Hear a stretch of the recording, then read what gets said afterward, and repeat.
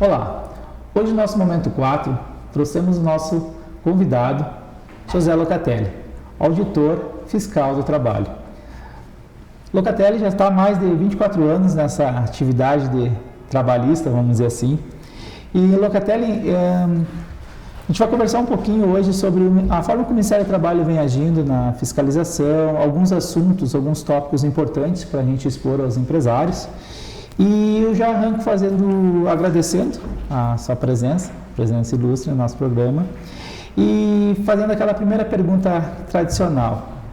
O Ministério do Trabalho, quando ele vai fiscalizar uma empresa, como é que ele chega até essa empresa? Como é que a informação para ir fiscalizar ela, como é que chega essa informação lá?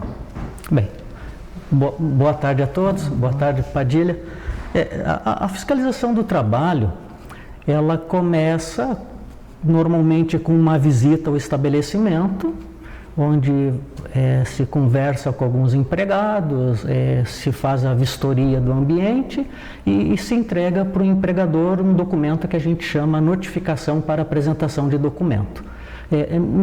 Nessa notificação se marca um dia e um horário para que a empresa faça a apresentação dos documentos. Folha de pagamento, registro de empregados, aviso e recibo de férias, controle de ponto. A documentação exigida vai depender muito do que se quer com aquela fiscalização.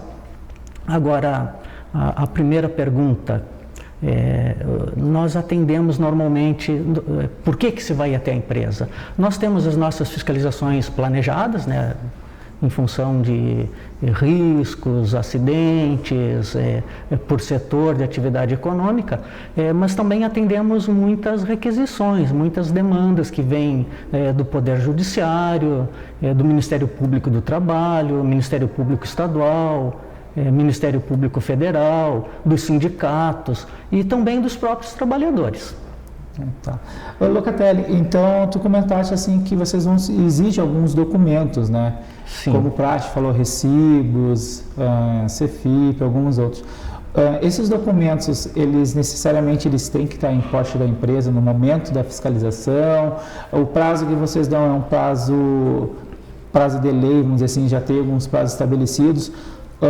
Todos os prazos, ou existe alguma situação que não tem como dar prazo? Existe alguma possibilidade dessa? Sim. A lei determina que a gente sempre conceda um prazo mínimo de dois dias. Se eu chegar na tua empresa hoje, vou marcar a apresentação de documentos com prazo mínimo de 2 dias. Agora, existem algumas situações que a lei considera mais graves, para as quais não há obrigatoriedade de concessão de nenhum prazo. Não existe prazo? Não existe prazo. Exemplo típico, a empresa que está com o empregado trabalhando sem o devido registro, a empresa que está com o empregado trabalhando, por exemplo, num andaime com risco de queda, sem cinto de segurança, sem EPI. Então, nessas situações não há obrigatoriedade de concessão de prazo. Interessante. Locatelli, a gente está passando por processos evolutivos, processos de informatização, até a própria carteira digital entrando em vigor. E o governo, então, está com um programa que é o E-Social. O E-Social, como ele serve como uma ferramenta para o Ministério para fazer análise de algumas situações? Como que está sendo visto isso pelo Ministério, o E-Social? Sim, o E-Social, na verdade o E-Social não é uma novidade, né? O E-Social ele já vem sendo gerido desde 2009, né? Que começou com o projeto piloto, com um grupo lá de 100 grandes empresas. Mas no momento ele já está obrigatório para quase todos os empregadores, exceto organismos internacionais, algumas entidades assim. É um instrumento muito importante, sim, principalmente no momento em que se procura combater fraude, sonegação e tal. O E-Social ele tem uma importância muito grande porque ele estabelece, digamos, um certo tipo de cerco a determinadas fraudes. E essas informações nada mais é que a própria empresa está te informando, sim, né? Então, sim. Tá. Locatelli, sobre outros temas que a gente sempre trata como os temas relevantes, né? Banco de horas. Banco de horas é um assunto que sempre entra em pauta. Tu tem alguma sugestão, como funciona o banco de horas? Existe alguma regra para o banco de horas? Como isso está funcionando hoje na atividade?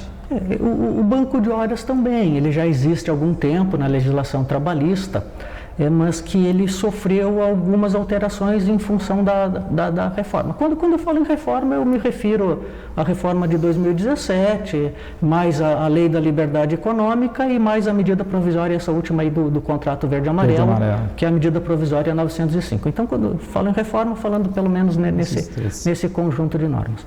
Até então, o banco de horas ele era possível apenas através de negociação coletiva. Tinha que estar em convenção. Tinha que estar na convenção coletiva ou no acordo coletivo. Com a reforma, hoje nós temos a possibilidade de um banco de horas instituído sem a negociação coletiva, sem a participação dos sindicatos. Então, nós temos, de uma maneira bem simples, porque o banco de horas, para quem não sabe o que se trata, é uma forma de compensação de horários de trabalho, onde o empregado vai trabalhar algumas horas a mais em alguns dias e com a compensação trabalhando menos tempo em outro momento. O banco de horas mais simples é aquele em que a compensação se faz dentro do mês. Tá? E para essa forma mais simples de banco de horas, não se precisa a formalização através de nenhum documento. Basta que o empregado não se manifeste de modo contrário. Uma segunda modalidade de banco de horas é aquela em que as horas poderão ser compensadas no prazo de até um semestre. Aí se coloca a exigência um pouco maior, que é pelo menos a necessidade de um acordo escrito entre patrão e empregado. E a compensação maior, aquela que pode ser feita por período superior a um semestre e até o limite de um ano, essa continua com a exigência da participação do sindicato na negociação. Então são novidades que temos aí. Então temos 3 bancos de horas. Mensal, acordo simples com o empregado, não precisa nem ser escrito.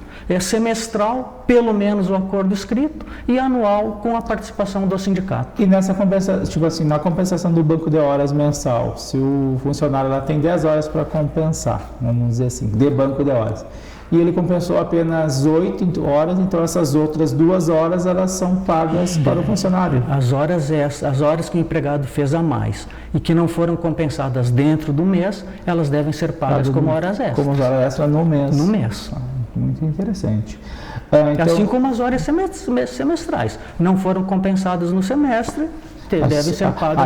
Aí a boladinha pode ser um pouquinho maior, né? Sim, porque tem todas as horas que não foram compensadas. Outro ponto importante que a gente vê, assim, que o pessoal sempre comenta, é em relação às férias. O pessoal fala muito em relação às férias. Ainda mais agora chegando essa época do ano, tem pessoas que estão querendo tirar férias. Aí o pessoal pergunta, mas como é que a gente pode tirar essas férias? Pode fracionar, não pode fracionar? Como é que a gente trata esse procedimento de férias? Hoje as férias podem ser fracionadas, parceladas, em até 3 períodos. Tem algumas regrinhas lá. O primeiro período não pode ser inferior a 14 dias e os outros 2 períodos, nenhum deles inferior a 5 dias, mas podem ser parceladas em 3 períodos. Então, o que acontecia, vamos dizer assim, informalmente antes, que o pessoal às vezes estava de férias trabalhando, hoje então realmente ele consegue estar de férias num período fracionado. Pode ser fracionado em até 3 períodos. 14, 5, no mínimo. Muito bom. Então, acho que vamos fazer mais uma pergunta, vamos dizer assim, para nós encerrar o nosso primeiro bate-papo. O que você me diz em relação ao microempreendedor individual, que hoje é uma das atividades que está muito em alta, vamos dizer assim, no nosso meio? O microempreendedor individual foi uma tentativa aí de trazer para a formalidade aquelas pessoas que estavam trabalhando sem qualquer amparo da Previdência Social e assim por diante. Só que está havendo uma distorção na aplicação dessa legislação.